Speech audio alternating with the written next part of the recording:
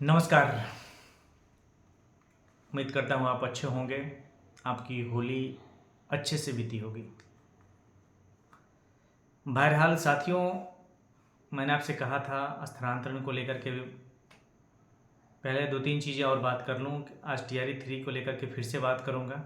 स्थानांतरण वाले मामले तो हैं ही, और वेतनमान को लेकर जो केस होना है उसमें कुछ चीज़ें अच्छी और आगे बढ़ी हैं। सबसे पहले बातें करेंगे पेमेंट को लेकर के। पेमेंट को लेकर के जो मैंने आप लोगों से कहा था कि कुछ कुछ ज़िलों में आ चुका है, बाकी कुछ ज़िलों में खास करके पटना में 20 के आसपास पेमेंट आएगा। तो पटना ज़िला में पेमेंट नहीं हो पाया है। जो 20 के आसपास मैंने कहा था, लगभग 20 के आसपास ही पेमेंट हो पाएगा, और जो छूटे हुए ज़िले हैं उसमें सोमवार से पेमेंट होना शुरू होगा। ठीक है, पेमेंट तो हो ही जाएगा। एसेट्स को लेकर के जो TDS फॉर्म या फॉर्म 16 जिसको कहा जाता है, कुछ कुछ ज़िलों में नहीं मांगा गया था, या कुछ ज़िलों के ब्लॉक में नहीं मांगा गया था। बाकी जो छूटे हुए ज़िले हैं या जो छूटे हुए ब्लॉक हैं किसी भी ज़िला का, उन सब में अभी जो मार्च का अब्सेंटीज आएगा उसके साथ जमा करना है आपको फॉर्म 16। ये 4 कॉपी में जमा होता है।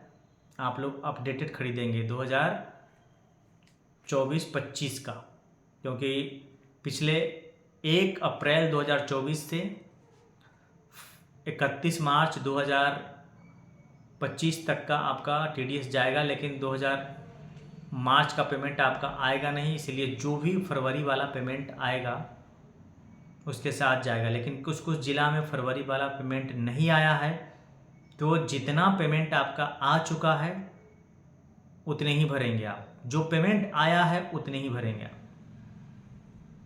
बाकी आप देख लीजिएगा, समझदार हैं, ये छोटी छोटी चीज़ें हैं। पहली बार थोड़ी सी दिक्कत आपको हो सकती है, बाकी ये TDS फॉर्म आपको हर साल भरना पड़ेगा। अगर कुछ नहीं समझ में आए तो गाइडेंस ले लीजिएगा। आपके स्कूल में जो और सीनियर होंगे जो पहले TDS फॉर्म जमा किए होंगे उनसे सलाह लीजिएगा। और YouTube पे भी कई सारे वीडियो हैं, बन चुके हैं, उसको देख लीजिएगा। भरा हुआ फॉर्म चाहिए होगा तो बताइएगा, मेरे पास PDF है, भेज दूंगा। खैर, मामला स्थानांतरण का जो 13 तारीख को रेंडमाइजेशन के जरिए सॉफ्टवेयर के जरिए स्थानांतरण होना था, वो नहीं हो पाया है। काम नहीं हुआ 13 तारीख को। अभी कुछ लोग मैसेज इसके बारे में लगा चुके हैं, मैंने देखा है वो मैसेज को, कि 8 जिलों की अब्सेंटी नहीं आ पाए, इसके कारण नहीं हुआ है। असल कारण वो नहीं है। 8 जिलों की अब्सेंटी नहीं आई तो 30 जिलों के लिए कर लेते वो, बाकी 8 ही जिला बच जाता, उसको दूसरे दिन कर लेते, क्योंकि जिला वाइज तो अलग होना है और सबको पता है कि किस किस ज़िले में कितना फॉर्म गया है। तो अब जिला में कर लेते आप, 8 जिलों का छोड़ देते, 2 दिन बाद करते, 4 दिन बाद करते। लेकिन असली कारण वो नहीं है। कारण ये है कि जो 187 लोगों का जो कैंसर पीड़ित शिक्षक साथी हैं उनका जो लिस्ट जारी किया गया हुआ था, और उसमें 28 लोग बच गए थे, जिनको कहा गया था कि 15 तक हम आपका पुनः रिक्तियां मांगेंगे आपसे, अप्लाई कराएंगे नए जगह पे। जहां आपने अप्लाई किया था वहां पे सीटें खाली नहीं थी, इस कारण उनका नहीं हुआ था। तो 15 छुट्टी, 16 छुट्टी, 17 या 18 को उन लोग को मौका मिलेगा, वो फिर से अप्लाई करेंगे, उनका होगा। अब जितने दिन में कर ले उसके बाद ही हो पाएगा। ये सरकार चाहती तो 13 को कर सकती थी, लेकिन सरकार की नहीं। इसलिए मैं बार बार कहता हूँ कि सिर्फ बातें हैं। शिक्षा मंत्री ने भी स्थानांतरण को लेकर के 2 महीने का जो ड्यूरेशन दिया, टाइमिंग दिया है विधानसभा सत्र में, वो सिर्फ बातें हैं। जब तक स्थानांतरण हो नहीं जाए तब तक सब कुछ समझ लीजिए कि बातें हैं, वास्तविकता कुछ नहीं है। वो भी जैसे सरकार ने कहा था कि जो 88 लोग छूट गए हैं कैंसर पीड़ित में, उनका भी जब तक वो पोर्टल नहीं खोलेंगे और उनको मैसेज नहीं करेंगे तब तक वो कैसे अप्लाई करेंगे। और उसमें भी अप्लाई करने के बाद उनका क्लेरिफिकेशन, उनका पुनः स्थानांतरण नए स्कूलों में कितने दिनों में कर लेते हैं, इस पे भी डिपेंड करेगा। अब तो सॉफ्टवेयर के जरिए जब करेंगे तो गलत जिन्होंने फॉर्म अप्लाई कर दिया होगा या सर्टिफिकेट बनवा करके उसमें डाल दिया होगा, जो गंभीर बीमारी से ग्रसित हैं, उनको आप कैसे हटाएंगे? फॉर्म तो मैनुअली जो छांटा जा रहा था इसमें टाइम लग रहा था, और इसके कारण आपने कहा कि नहीं हम सॉफ्टवेयर के जरिए करेंगे। ठीक है, सॉफ्टवेयर में तो आप छांट नहीं पाएंगे, आप वो तो मैनुअली ही छांटना होगा। ये सब सारी गड़बड़ी होने वाली हैं चीज़ें, और अभी तक सिर्फ बातें हो रही हैं शिक्षा विभाग की। काम करके दिखाते, 13 को कर लेते तो थोड़ा सा विश्वास बन जाता कि नहीं कुछ भी हो, छुट्टी का दिन था, होली आने वाली थी, फिर भी शिक्षा विभाग ने काम किया और स्थानांतरण की प्रक्रिया व्यवस्थित रूप से शुरू कर दी गई, लेकिन ऐसा हुआ नहीं है। फिलहाल देखते हैं, 17 को खुलने दीजिए, 17 नहीं हो 18-19 देखते हैं क्या होता है उसमें आगे। बात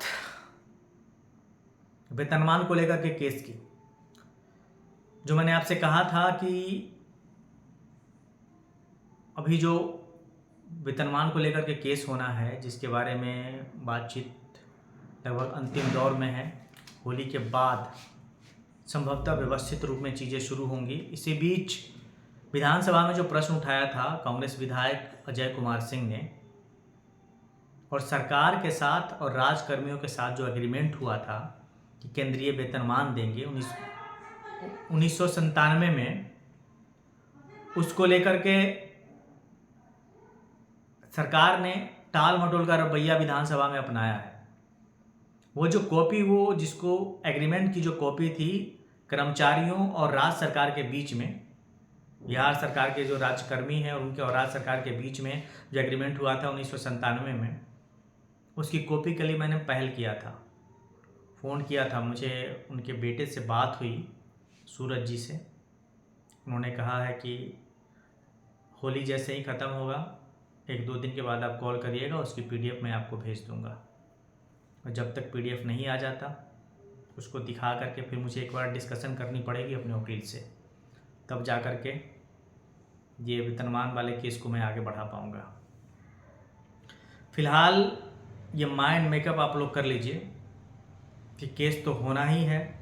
कितना मजबूत तरीके से कर पाते हैं, कितने अच्छे तरीके से कर पाते हैं, इसमें आपका सहयोग अपेक्षित है। अगर आपके पास कोई जानकारी हो, वैसी चीज़ें हों जो केस को मजबूती दे सकता है, तो मुझे आप कॉल करें, मैसेज करें। मेरा नंबर 9470255684 है। मैसेज कर दीजिएगा, उसको देखता हूँ मैं, जैसे जैसे समय मिलता है वैसे वैसे। केस करेंगे, केस रुकेगा नहीं, स्थानांतरण के कारण भी नहीं रुकेगा, क्योंकि स्थानांतरण का एक अपना प्रोसीजर है।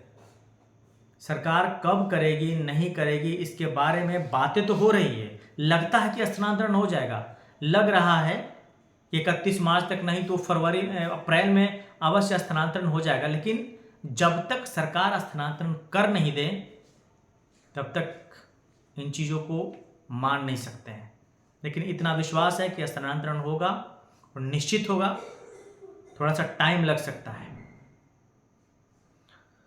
फिलहाल साथियों अभी के लिए इतना ही। बाकी कल 8 बजे, कल यानी रविवार 16 तारीख की शाम 8 बजे YouTube लाइव करूंगा, आप चाहें तो जुड़ सकते हैं। विशेष जो कुछ भी जानकारी होगी वो हम अगले वीडियो में बात करेंगे। वीडियो को लाइक, सब्सक्राइब और शेयर जरूर करिएगा। कोशिश करिए कि सभी BPSC शिक्षक साथी एक साथ एकजुट हो जाए, नहीं तो तितर बितर तो होते ही रहेंगे, और मुझे पता है इससे ज़्यादा मैं क्या कह सकता हूँ। Thank you. मैं अशोक क्रांति।